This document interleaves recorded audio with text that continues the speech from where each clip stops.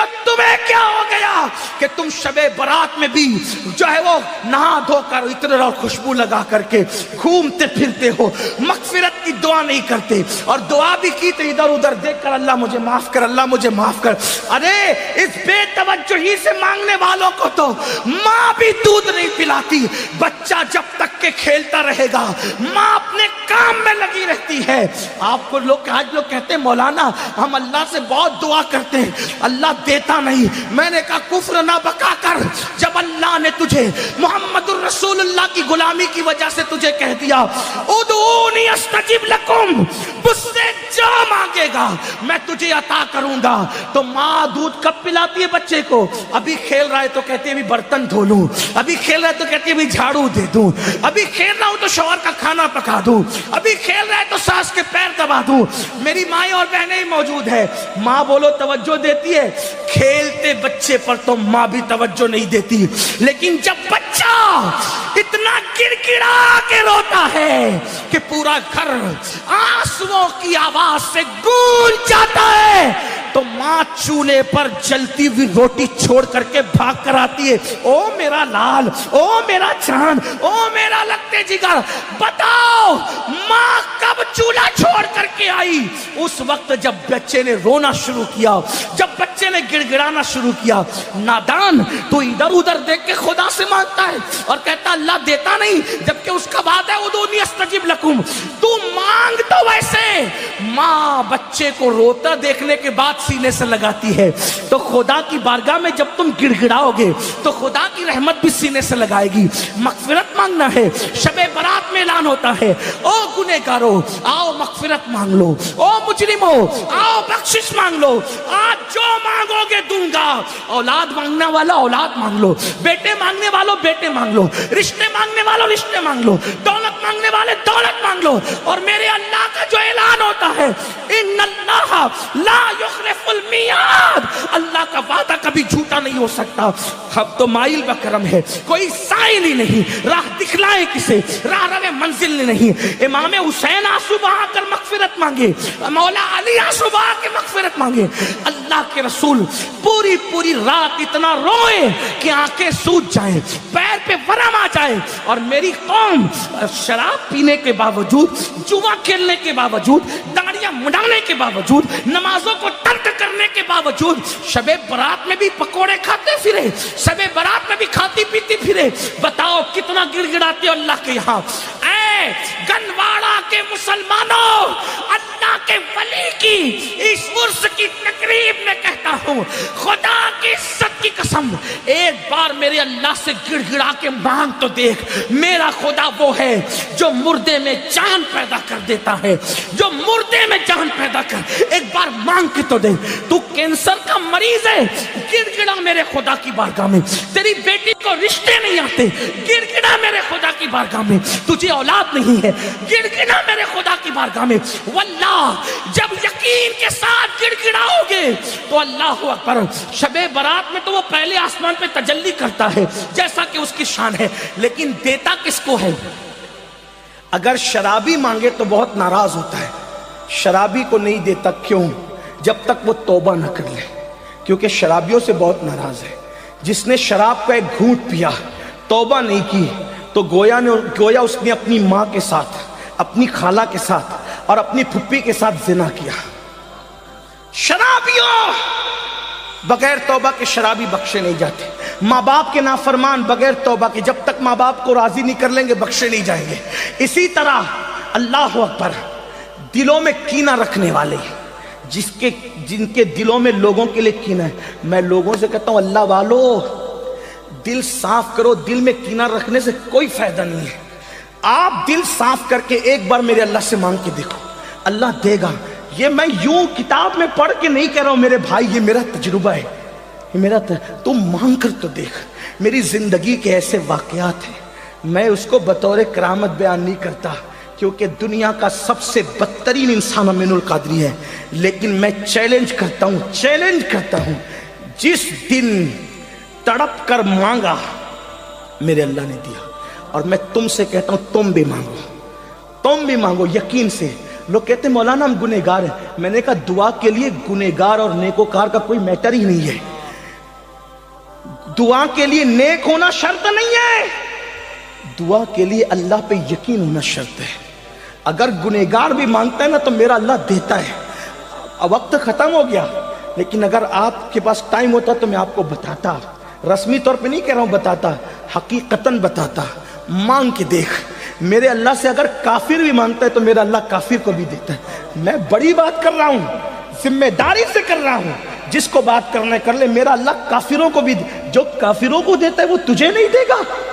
تو اپنا تعلق اس سے جوڑ کر کے دیکھ۔ دور بیٹھا ہے، کیوں دور بیٹھا ہے؟ گڑ گڑا، رو، اسے منا، اسے راضی کر۔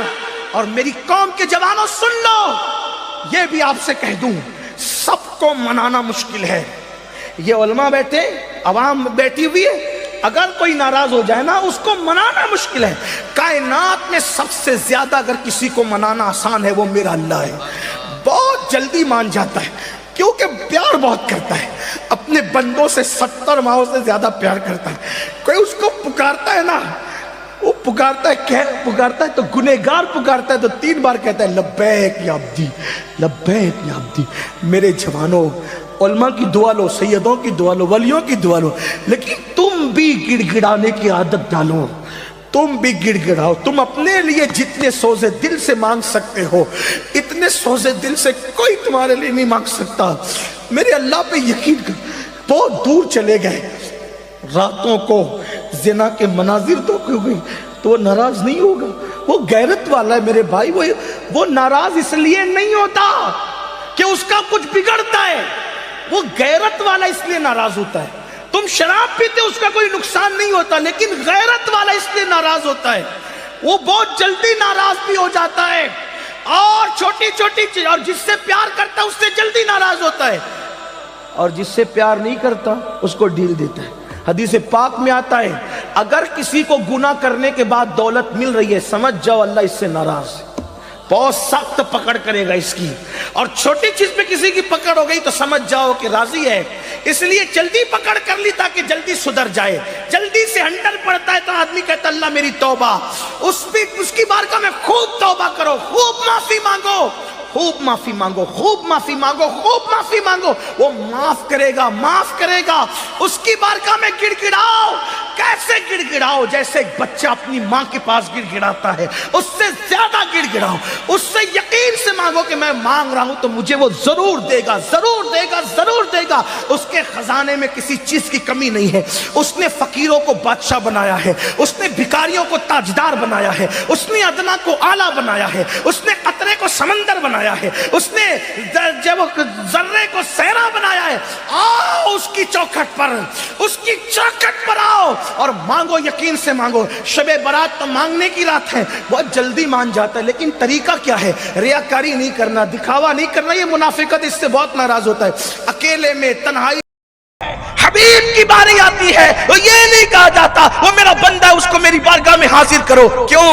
اس لیے کہ محبوب کو ایسے تھوڑی بلایا جاتا، اس لیے کہ آج شان محبوبیت کا اظہار ہونا ہے، کائنات کو پتا چلے جس کے لیے کائنات بنائی اس کو بلایا کس شان سے جاتا ہے۔ تو کہا جبریل جاؤ میرے محبوب سے کہنا خدا آپ کا مشتاق ہے، آپ کی لقاء کا مشتاق ہے، آپ سے ملاقات کا مشتاق ہے، وہ عالم الغیب والشہادہ۔ اور پھر قرآن اس کو بیان کرتا ہے سبحان الذی اسرا بعبدہ،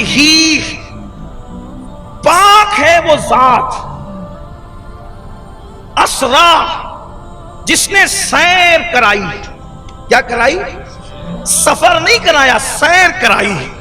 جس نے سیر، اس لیے کہ سفر اور سیر میں فرق یہ ہوتا ہے کہ سفر مجبوری میں بھی ہوتا ہے اور سفر مسروری میں بھی ہوتا ہے، خوشی میں بھی سفر ہوتا ہے، غم میں بھی سفر ہوتا ہے، موڈ اچھا تو بھی سفر ہوتا ہے، موڈ اچھا نہیں ہو تو بھی سفر ہوتا ہے، چاہو تو بھی سفر ہوتا ہے، نہ چاہو تو بھی سفر ہوتا ہے۔ مثال کے طور پہ سیٹ کا فون آ گیا جلدی سے ناسک پہنچو، موڈ نہیں ہے پھر بھی جائے گا۔ سفر کبھی بھی ہوتا ہے، چاہو تو بھی نہ چاہو تو بھی۔ میت ہے سفر ہو گیا، شادی ہے سفر ہو گیا، لیکن جب سیر ہوتی ہے تو سیر ہمیشہ شوق سے ہوتی ہے، اور سیر کے انتظامات پہلے سے ہوتے ہیں۔ سیر کے انصرامات پہلے سے ہوتے ہیں. سفر میں آدمی بھاگ کر سفر کرتا ہے, لیکن سیر میں بمبئی جا رہا ہے, سیر ہی کرنا ہے. اب کوئی ٹائم ہی نہیں, چاندوڑ میں رکا, یہ پہاڑیاں دیکھی, وہ گلستان دیکھے, وہ نہریں دیکھی, ناسک گلشن آباد میں رکا, یہ پارک میں گیا, ادھر جھانکا, ادھر وہ پیا, ادھر وہ کھایا, ہے نا اسی طریقے سے. اور ایک بات اور, جب سفر کیا جاتا ہے تو ساتھ میں دوست و دشمن کوئی بھی ہوتا ہے سفر میں, لیکن سیر میں صرف دوست ہوتے ہیں. سیر میں صرف دوست ہوتے, اور دوستوں میں بھی نامحرم نہیں ہوتے, جو محرم راز ہوتے ہیں وہ ہوتے ہیں, تاکہ سیر کی شوخیوں اور بے باکیوں کو وہ چھپانے کا ظرف رکھ سکتے. کم ظرفوں کو ساتھ نہیں لیا جاتا سیر میں, اہل ظرف کو ساتھ لیا جاتا ہے. تو قرآن کہہ رہے بے عبد ہی, یہ با جو ہے بے عبد ہی کا با, یہ معیت کا فائدہ دیتا ہے, یعنی اپنے بندے خاص کو اپنے ساتھ لے گئے, اپنے ساتھ لے گیا, جو آنے جانے سے پاک ہے. بے عبد ہی, یہ معیت خصوصی ہے لیکن بلا کیف ہے. اب یہ بلا کیف علماء سمجھتے ہیں بلا کیف کیا ہے, لیکن ساتھ میں یار ہے, اپنے ساتھ لے گیا. کیسے سیر کرائی. ایک بات اور بتاؤں, میں لوگوں کو معراج میں کہتا ہوں کہ اگر کوئی پارک میں کوئی عمارت کو دیکھنے میں گائیڈ ساتھ میں ہو تو لطف الگ ہوتا ہے, الگ دیکھو تو لطف الگ ہوتا ہے نا. اگر آپ تاج محل یوں ہی دیکھ لیں گھوم پھر کر, تاج محل اچھا دکھے گا, گائیڈ کے ساتھ دیکھیں گے تو الگ. میں کوئی گائیڈ کی تشہیر کرنے نہیں آیا, لیکن الگ بات ہے. کسی آپ عمارت کو دیکھو گے تو وہ کچھ خاص بات بتائے, بھائی بنا تھا آج سے بنا تھا صدیوں پہلے, بتا رہا ہے گائیڈ, تو اس کی باریک باتیں جب وہ اس پہ توجہ دلا رہا ہے, ٹھیک. لیکن اگر بنانے والا خود بتاتا تو کیسے بتاتا؟ تو یہ بے عبدی ہی معیت خصوصی کے ساتھ لے جایا جا رہا ہے. تو جو سیر کرا رہا ہے, کون کرا رہا ہے؟ بنانے والا, کائنات کو بنانے والا خود. اور لیکن بات اب یہاں آ کر کے تھوڑی سی لوگوں کو جو وہ طالب علموں کو کھٹکتی ہے, اور بلکہ مومن ہو تو نہ کھٹکے, لیکن معترض لوگ کرتے ہیں کہ چلے بے عبدی لیلا, رات کے قلیل حصے میں. تو کوئی کہے مولانا یہ رات بھی کوئی سیر کے لیے ہوتی ہے, اور وہ بھی 27ویں, اس میں تو چاند بھی نہیں ہوتا. رات ہے سورج نہیں ہے, اور 27ویں تو چاند بھی نہیں ہے, نہ چاند ہے نہ سورج ہے, پھر سیر کیسی؟ تو نمبر ایک جواب یہ ہمارے بزرگوں نے دیا بڑا خوبصورت. نمبر ایک, تاکہ لوگوں کو پتا چلے تو دیکھنے کے لیے اجالے کا محتاج ہے, لیکن نگاہ مصطفیٰ اجالے کی محتاج نہیں ہے. وہ جیسے اجالے میں دیکھتے ہیں ویسے اندھیرے میں بھی دیکھتے ہیں. چاند و سورج ان کے محتاج ہے, وہ چاند و سورج کے محتاج نہیں ہے, بلکہ وہ چاند و سورج تو ان کے یوں محتاج ہے. میرے امام کہتے ہیں, وہ فرماتے ہیں کہ امام اہل سنت نے بہت خوبصورت انداز میں فرمایا, کہتے ہیں کہ نور کی خیرات لینے دوڑتے ہیں محرماں, اٹھتی ہے کہ شان سے گردے سواری واہ ہوا. تو پھر لیکن آگے یہ تو میں نے ایک عقلی جواب دیا کہ وہ محتاج نہیں ہے, لیکن قرآن کہتا ہے, قرآن کیا کہتا ہے بتائے؟ الذی بارکنا حولا, سیر کا مطلب الذی بارکنا حولا, وہ مسجد اقصی تک کا سفر اس میں بیان ہوا ہے. الذی کہا کہ اس کے ارد گرد ہم نے برکتیں رکھے, لنریہ من آیاتنا, تاکہ اپنی نشانیاں دکھائیں. اور اب کہا جا رہا ہے انہ هو السمیع البصیر. تو چونکہ قرآن کی ایک ایک آیت کی 70 ہزار تفاسیر ہے, تو انہو هو السمیع البصیر, یہ انہو هو السمیع البصیر کی جو ضمیر ہے وہ ذات خدا کی طرف بھی لوٹ رہی ہے, اور انہو هو السمیع البصیر کی ضمیر مصطفیٰ جان رحمت کی طرف بھی لوٹ رہی ہے. تو رات میں سیر پہ اگر کسی کو اعتراض ہے تو خدا خود کہہ رہا ہے انہو هو السمیع البصیر, کہ ان کے دیکھنے اور سننے پہ اعتراض نہ کرنا, اس لیے کہ وہ ہے کہ وہی سننے والا ہے, وہی دیکھنے والا.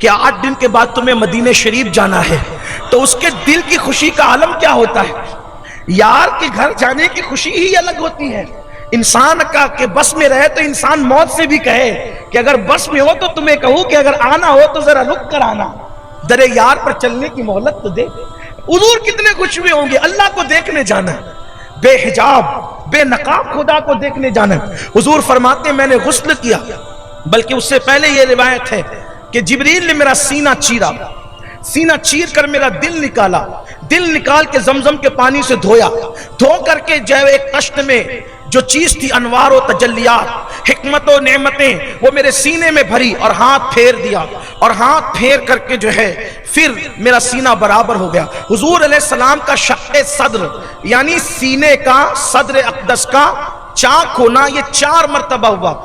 ایک جو ہے حلیمہ سعدیہ کے گھر بالکل بچپن میں، دوسرے نمبر پر جو ہے وہ حضور علیہ السلام جب جوانی کی دہلیز پہ قدم رکھنے والے تھے، لوگ لڑکپن کہتے ہیں، میں کہتا ہوں لڑکپن نہ کہا کرو، اس لیے کہ اپنے اپنے ذوق کی بات ہے، نہیں وہاں کوئی لڑکپن نہیں ہے، وہاں بچپنے کے بعد پھر عالم شباب کی ابتدا ہے، اتنا کہہ دیں۔ تو اس وقت تیسری مرتبہ نزول وحی سے پہلے اور چوتھی مرتبہ معراج مصطفیٰ کی شب، معراج کی رات سینہ چیرا گیا۔ حضور علیہ السلام کے سینے پر نشان تھے، سینے کا، سینے پر سینے کا نشان تھا۔ کسی امت میں بائی پاس سرجری کا کوئی تصور نہیں تھا سوائے امت محمدیہ کے۔ گویا کہ حدیث اشارہ کر رہی ہے کہ کسی کا دل نکالا بھی جا سکتا ہے اور نکالنے کے بعد وہ بندہ زندہ بھی رہ سکتا ہے۔ یہ حدیث کے اشارے ہیں، یہ حدیث کے اشارے ہیں، حالانکہ ہم اس کو بائی پاس سرجری نہیں کہتے، لیکن حدیث اشارہ دے رہی ہے کہ دل نکالا گیا، دھلا گیا، سینے کے اندر پھر واپس سے رکھا گیا۔ اللہ اکبر۔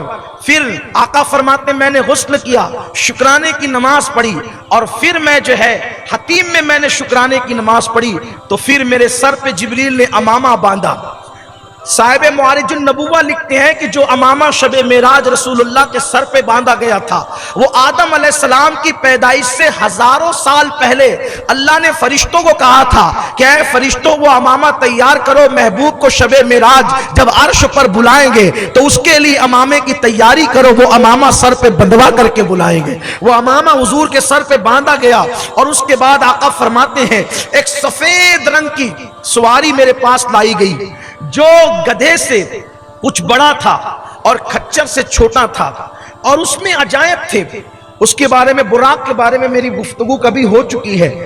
ایک براق تھا حضور کی سواری، اس میں ساری مخلوق کا لک سمٹ آیا تھا، چہرہ اس کا انسان کی طرح تھا، پیٹھ اس کی گھوڑے کی طرح تھی، پیر اس کے جو ہے وہ گھوڑے کی طرح تھے، اس میں پر بھی تھے، اس کے سر پہ تاج تھا، اس کی آنکھوں میں روشنی اتنی تھی کہ وہ جہاں اس کی نظر جاتی وہاں اس کا قدم جاتا، اتنی تیز رفتار تھی وہ سواری۔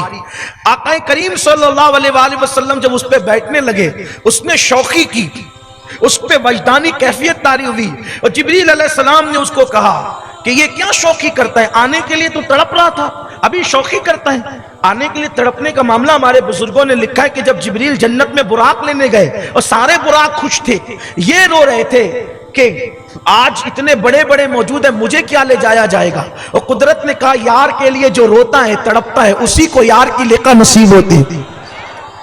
کچھ لوگ مجھ سے کہتے ہیں کہ حضور کا دیدار چاہیے، میں کہتا ہوں آسان طریقہ ہے، یار کے دیدار کے لیے تڑپتے رہو، راتوں کو روتے رہو، درود پڑھتے رہو، بلکتے رہو، عاجزی کرتے رہو، پھر ان کا کرم دیکھنا، پھر ان کا کرم ہے، ان کے کرم کی بات نہ پوچھو۔